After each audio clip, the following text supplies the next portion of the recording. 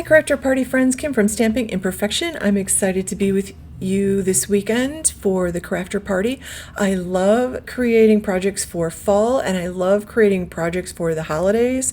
So my original plan was to mass produce some quick and easy cards, but instead I got very distracted by the stamp sets that I was playing with and ended up creating a card, a gift tag, and a couple other projects. So I felt really inspired by a card that I made over the weekend for a challenge that I did. You can see it's got, it was a sketch challenge, and I recreated the sketch here for you. The sketch was designed by my friend Ali Cope Israel, and I love this. I felt very inspired by it. You can see I used some great pattern paper, and I did not use pattern paper on my card today just because I don't have any Christmas pattern paper. Luckily, right after I finished making everything here, my crafter party box came, and now I have some Christmas paper I can craft with. So I encourage you to use that pattern paper because it looks really nice on the background of this card, I think, with a nice little scene card. So I pulled out two stamp sets here. One is called It's Snowing. The other one is called Holly Berries. I'm pretty sure these came out over the summer. I've already made other projects with them, which you'll find on Maker Forte or on my Instagram, which is at stamping_imperfection. So I really love, what I love about these is I think you really can make some quick and easy cards out of these. And I can also use my favorite ink colors, which are English Mustard, Telephone Box, and Everglades. I pulled out Vegas Strip, but I don't end up using it. I do use Coronation Purple and Sugar Plum. I do pull out a few other colors as well. I do some heat embossing. And I love the sentiments in these sets.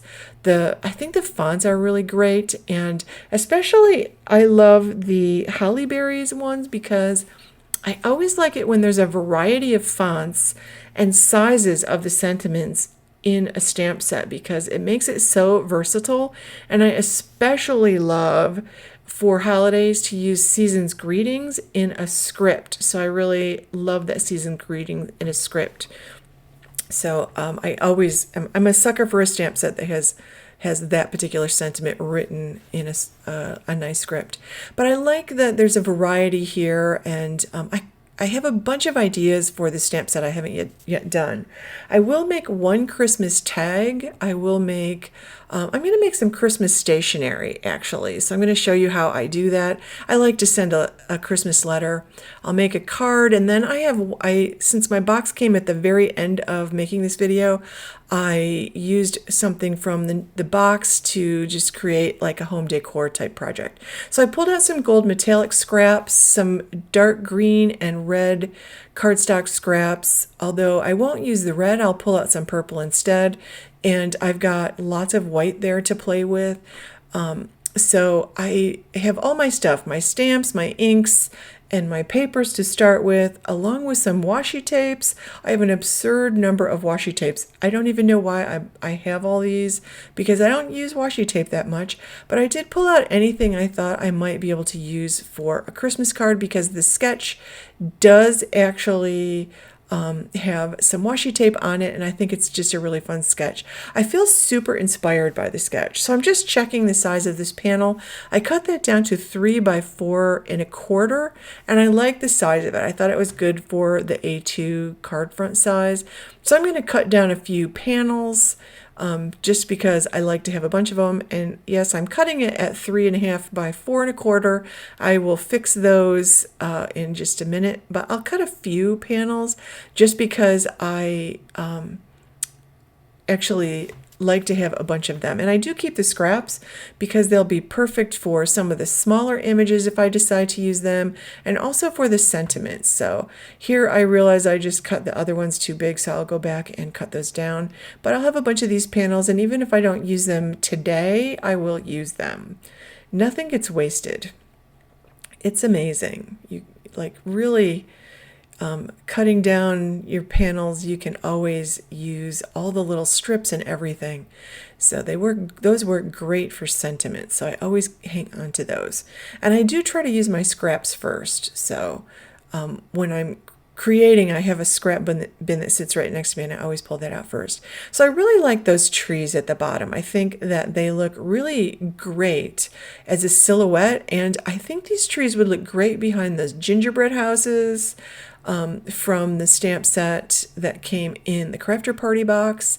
So, like that was the first thing I thought of, like that would make a pretty backdrop for the gingerbread houses.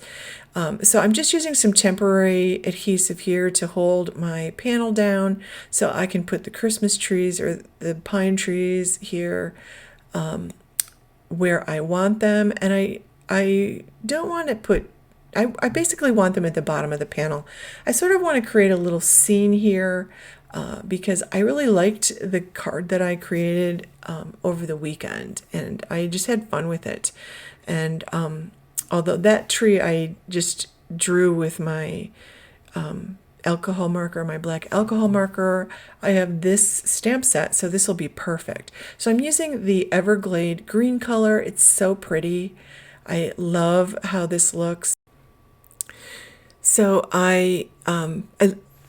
this is one of my favorite greens, by the way, and I really like this stamp. And you can see I actually have a lot of ink on there. I spritzed it to clean it up and realized I cannot waste all that ink. So I pulled out a piece of white cardstock from my scrap bin. And of course I'm going to sop some of that up because there's no way I'm going to waste that much pretty green ink. Green and purple are my favorite colors. So I'm sopping this up like any good crafter or any good cheapskate, I'm not sure. So I got most of it, and that'll be the start of a background for something. I'll have to layer lots more colors on, but I clean it up with just some water and my microfiber cloth. I'm going to leave that in place in case I want to add any other details or anything. So I'm pulling out now my clear embossing powder, and I've sort of given that green a few seconds to dry there, and I'm stamping in clear right over the top of that. And I'm going to heat emboss this because I want to do some ink blending and I don't want to lose that beautiful green. So I've got I've had this giant tub of clear embossing powder for years now, and I didn't quite get the whole thing covered. That's okay. I got the top part covered, and that will work. So I'm going to go ahead and heat set this, and then I can go ahead and create a little night sky. So I pulled out one of my splatter stamps, and I've still got my clear embossing powder, and I'm just going to use that splatter stamp to create a snowfall look. So I just stamp it a few times on the top above the trees. You could actually, if you wanted to, stamp it across the trees. If I hadn't already heat embossed it, I could do that. I just want to create a snowfall look. So I've got my splatter stamp that I'm using there. Again, this time I'm using white embossing powder, I believe. You can use clear also. I just really wanted it to look very white, and I thought it might look whiter with the white embossing powder than the clear once I did the inking over the top. It doesn't really make any difference though. So I'm actually putting on some Eclipse black, and I am using my picket fence brushes here. I do clean up in between each color, and I just put that black around the edges and a little heavier in the corner, the two top corners, because I really want the edges to be dark. It's my new favorite thing. I don't know, for the last few months, I really like dark ink blending along the edges and lightening up toward the center. So I go all around the edge with the Coronation purple, and I'm doing it a little heavier in the corners and down the sides. So I have a nice little blend there. And the thing about ink blending is you keep blending until you're happy with the blend you're making. So again, I'm going to pull out the sugar plum here, and I'm just going to soften the inside edge of that Coronation purple and kind of blend it out. And I'll go back and forth a couple times until I'm happy with it. I'll take another blender brush and add the English mustard right in the center. I really like that glow that you get. And I'll add that yellow down on the snow or the ground, the snowy ground in front of the trees also. And again, I'm pulling out the Coronation purple, the sugar plum, and I just go back and forth a few times till I'm happy with the blend. And then I just use a cloth to buff up the splatter that I created there and shine it up a little bit so I get the ink off it, because that does resist the ink. So I did cut down my gold panel. This is cut down to 4 by 5 1/4, and I went ahead and cut down that dark green I had. I cut that down to 2 3/4 by 5, and then I used a 1 by 5 for the purple. So I've got that all cut down, and I'm just attaching all my layers with the liquid glue. I really like this no-show glue. I like the tip on the bottle a lot. I just really find that very easy to use. It's easy to squeeze. So I started out with that light purple paper, and I took that Coronation purple and just blended over the top. And I just wanted it to be a little darker. I didn't like it to be lavender. I am wiping off my hands because you really do get a lot of ink on your hands when you are handling paper that's been ink blended. So you can change the colors of your cardstock if you want to. And you can start with all white cardstock and make whatever colors you want as well.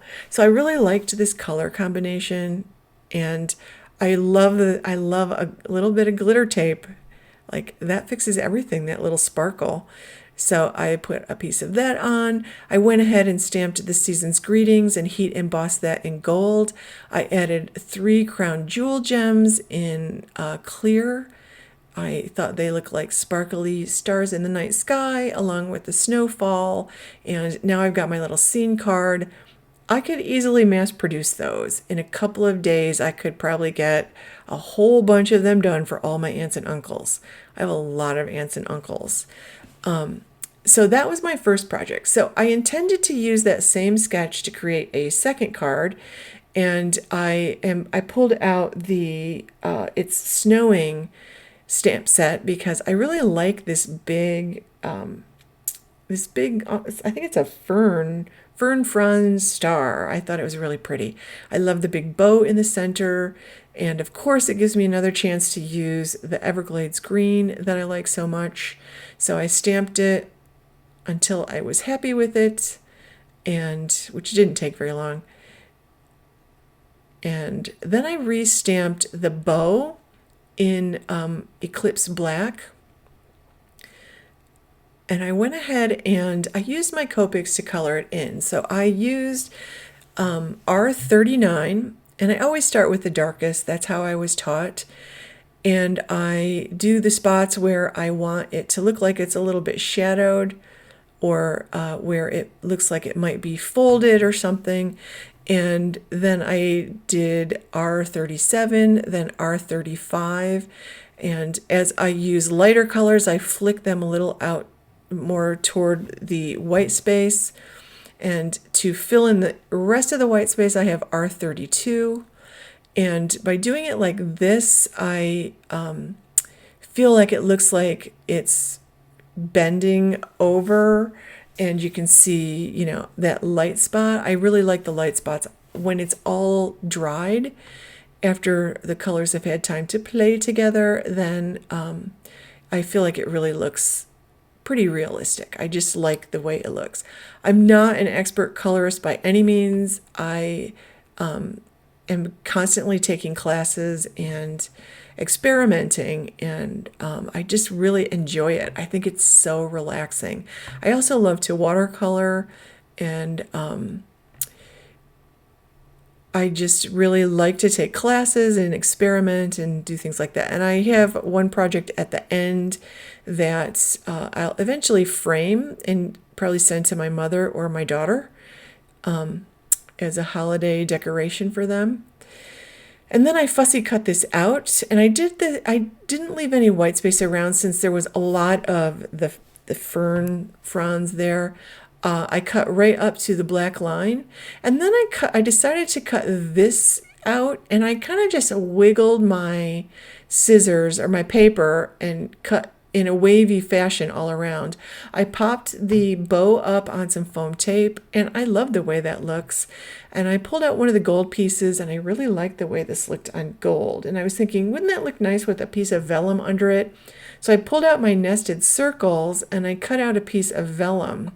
But when I was trying to decide which circle die, and this is the second largest, I believe, and I put that there, I realized I really like that black circle. So I decided to cut out a frame, and I went ahead and cut out some of the vellum, and I love this vellum.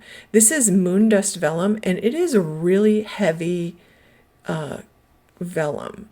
It is not at all see-through, and it is so sparkly. The sheen on this paper is absolutely beautiful.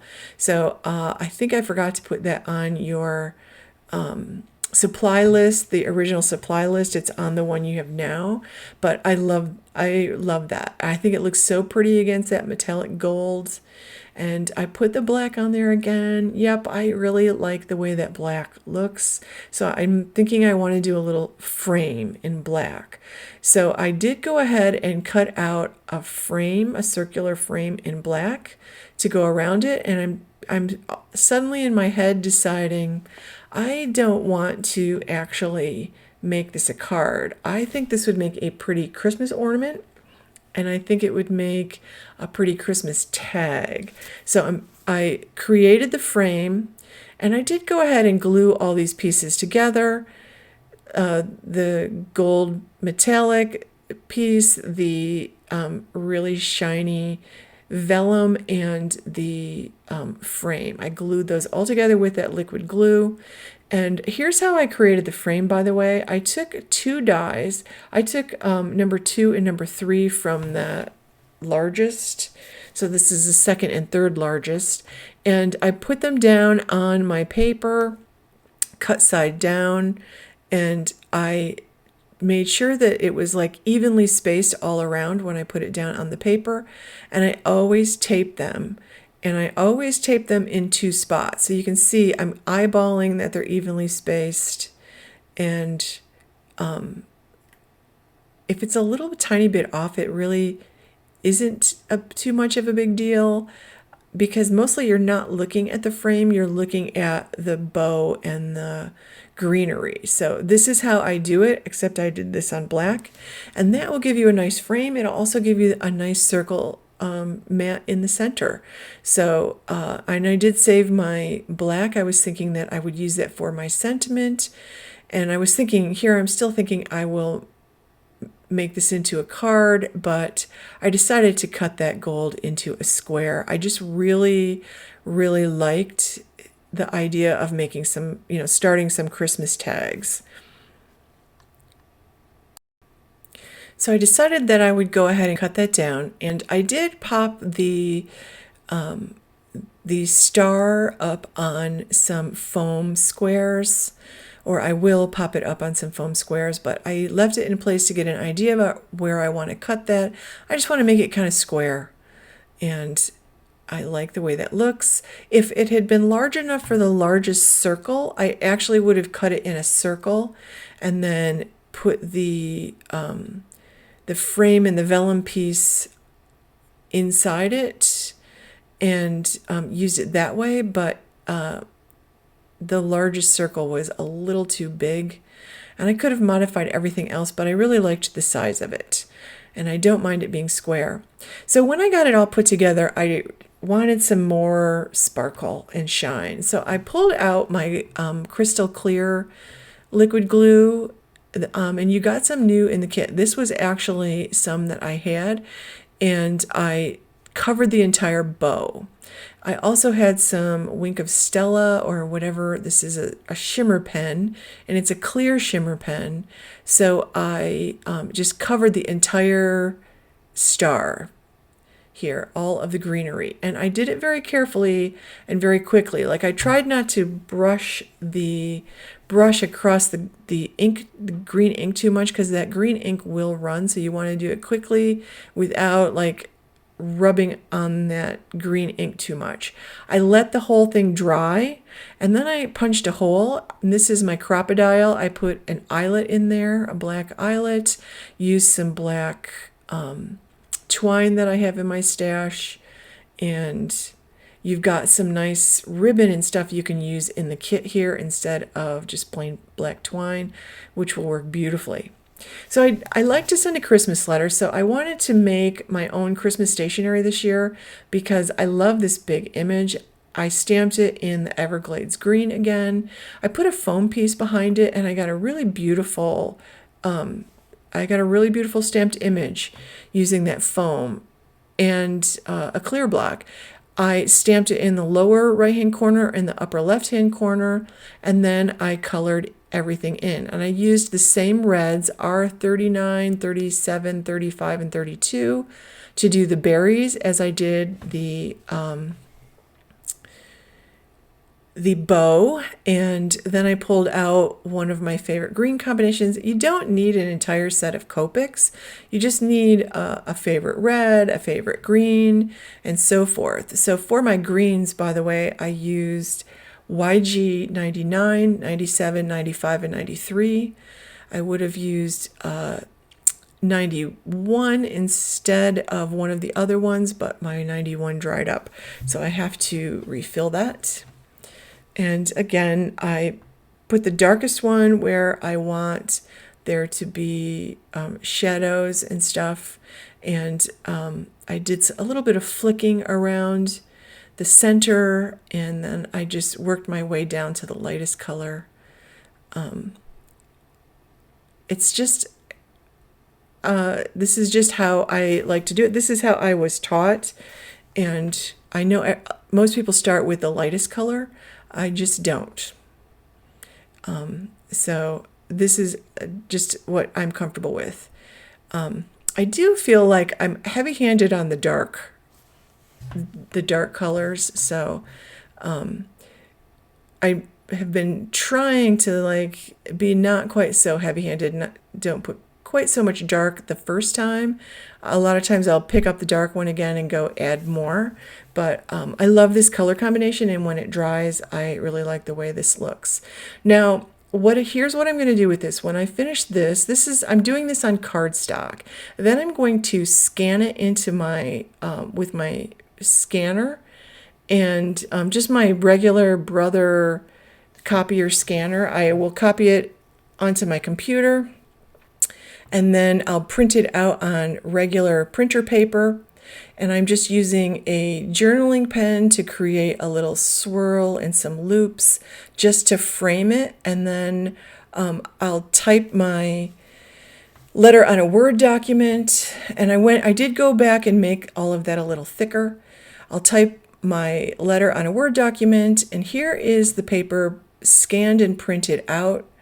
And I really like it. I thought it was quick and easy. It saved me a bunch of money. And I don't know why this is so blurry.